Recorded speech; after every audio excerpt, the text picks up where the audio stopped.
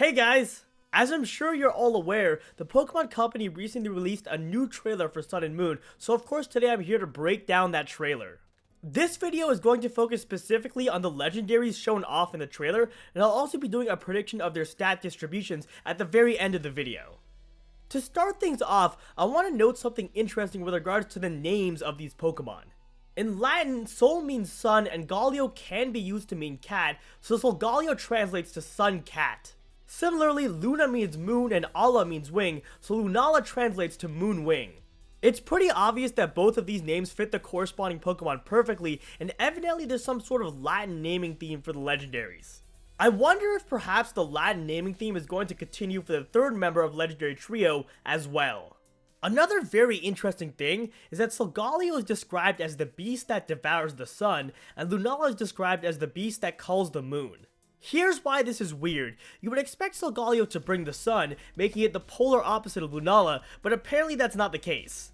In fact, both Pokemon seem to bring darkness to some extent, so there's been a lot of speculation in the Pokemon community that the plot of Sun and Moon will revolve around the evil team trying to use these Pokemon to bring eternal darkness.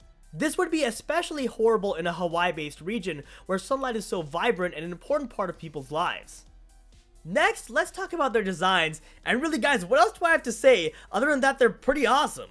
These are actually probably two of my favorite legendary designs of all time, I dare say, and overall I have to say my impressions of them are quite good.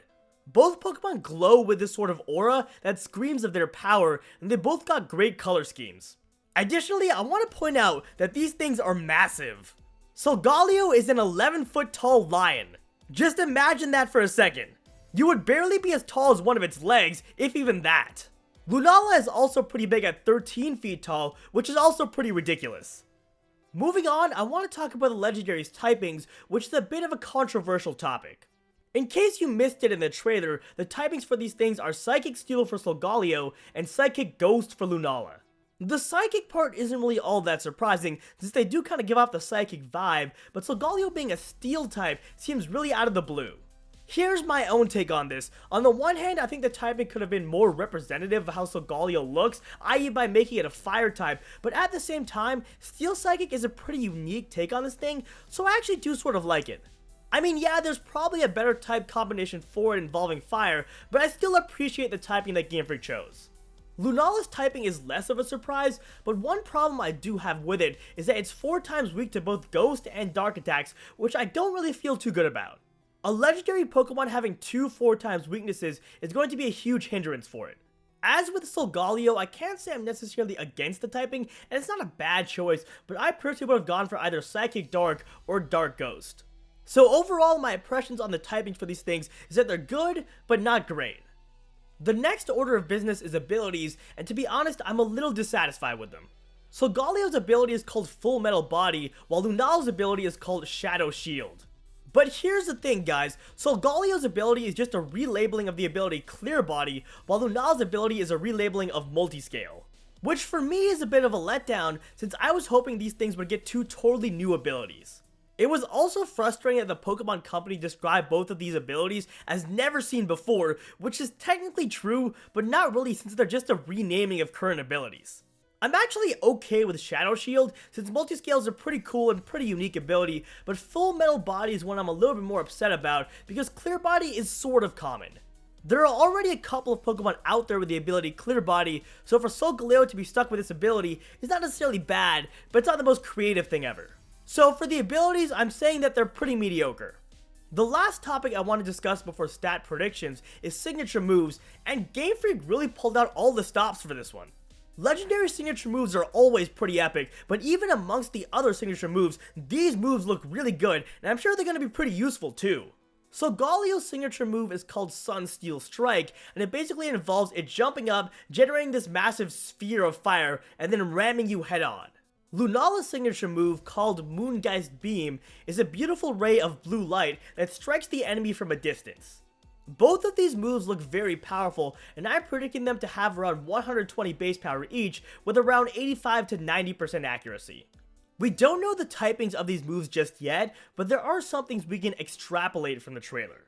Now, in the trailer, Sunsteel Strike was actually neutral against the Salamids, meaning it's definitely not fire, and probably either steel or psychic. Moongeist Beam, on the other hand, was super effective against a Gengar, which means it's probably either psychic or ghost. My personal hope, and also what I think it's most likely to be, is steel for Sunsteel Strike, and ghost for Moongeist Beam. It's also worth mentioning that there are some people theorizing that these moves are going to have double types and that a new mechanic is going to be introduced, but I personally don't see that happening. Also, it's worth noting that both signature moves completely disregard the opponent's ability, which is going to give Solgaleo and Lunala a pretty big advantage against Pokemon that rely on their ability, such as multi-scale users and Pokemon like Shedinja that have Wonder Guard. Last but not least, let's talk about the stat distribution for Solgaleo and Lunala, and just before I get into this here, I want to say that while I am going to be providing specific predictions for the stats of these things, the chances of me actually being right on the money are pretty much zero. So the specific stat distribution I'm giving is less important than the general idea, which I do think has a pretty good chance of being accurate. Okay, so for Solgaleo, I'm thinking it will be bulky with lots of HP and solid defenses. It's also a lion Pokemon, so it'll probably have pretty high physical attack. Solgaleo's speed and special attack will probably be around average or slightly below average. Therefore, the stat distribution I'm predicting is 120 base HP, 150 attack, 120 defense, 90 special attack, 100 special defense, and 100 speed for a base stat total of 680. Now, Lunala is a little tougher, and the reason why is I think you can make good arguments for a lot of different stat distributions, but here are my own personal thoughts. Because Shadow Shield is an ability best utilized on a bulky Pokemon, I think Game Freak has designed this thing to at least have some bulk. So what I'm thinking is Lunala will have high HP and average to slightly above average defenses. It's also probably going to have very high special attack, but comparatively lower physical attack. It also looks pretty sleek and looks like it could be pretty fast, so I'm predicting above average speed.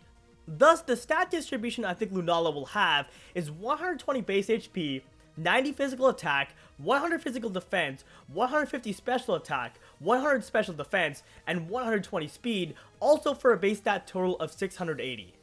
And there you have it, folks. Those are my predictions for the legendary stat distributions. As always, if you enjoyed the video, be sure to drop me a like down below and subscribe to my channel if you haven't already for more Pokemon Sun and Moon videos in the future.